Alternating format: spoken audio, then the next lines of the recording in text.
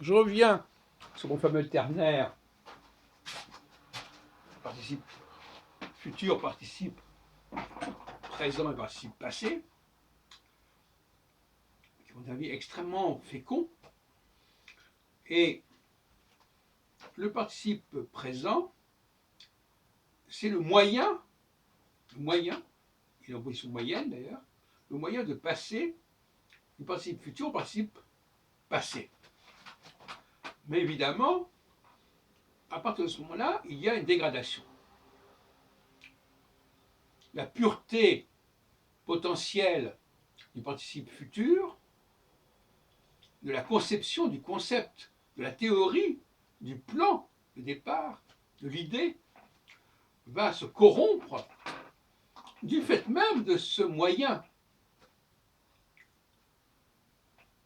qu'est le participe présent. De cet acteur qui va faire passer de la puissance à l'acte, mais qui en même temps va produire une dégradation. Parce que passer à l'acte, c'est déjà une dégradation.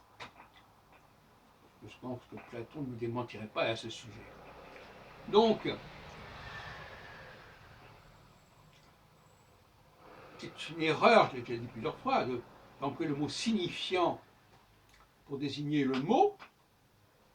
Le signifiant, c'est quand même curieux que l'on ne respecte pas la morphosémantique de la grammaire. Le signifiant, c'est le participe présent. C'est d'ailleurs ce qui fait réaliser les choses.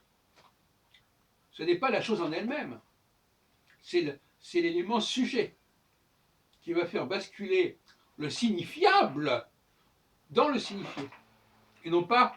Alors, donc finalement, on se casse la tête depuis des décennies à essayer de comprendre et donner du sens au mot signifiant, signifié, alors que ça ne veut rien dire, parce que c'est déjà faussé, ne serait-ce qu'un point de vue grammatical, en tout cas en français. Or, comme il se trouve que ça a été dit en français, c'est quand même un problème. Donc moi, à un moment donné, j'utilisais le mot signifiant pour désigner le mot, et soi-disant le signifié pour désigner la chose. En réalité, ce n'est pas ça du tout. La chose, c'est ce qui est signifiable, c'est-à-dire ce qui pourrait effectivement obtenir un nom, qui pourrait être nommé. On trouve ça d'ailleurs dans les premiers chapitres de la Genèse, quand Dieu demande à Adam de nommer les choses, de leur donner un nom. Quelque chose qui n'est pas visible, qui n'est pas perceptible, n'est pas signifiable, par définition. Mais tout ce qui est signifiable ne deviendra pas signifié. C'est le passage, de ce que j'ai abordé plusieurs fois, de la condition nécessaire et la condition suffisante.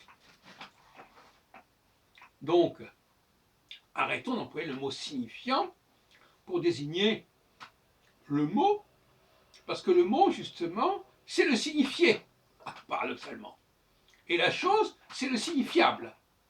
Et entre les deux, il y a le signifiant qui fait qu'on passe du signifiable au signifié. Donc il y a une confusion totale à ce niveau-là, de la même façon qu'on ne comprend pas la cyclicité de ce processus qui est en rapport avec la circulation sanguine. On passe du signifiable au signifié et on revient ensuite au signifiable à condition qu'il y ait eu cette espèce de cyclicité qui s'est imposée, qui conduit à la purification de la pratique par la théorie, tout comme le passage du sang bleu au sang rouge, qui est un processus de purification. De toute façon, et ça c'est pour le XXIe siècle à mon avis, la notion de purification et de corruption sera absolument centrale à tout point de vue.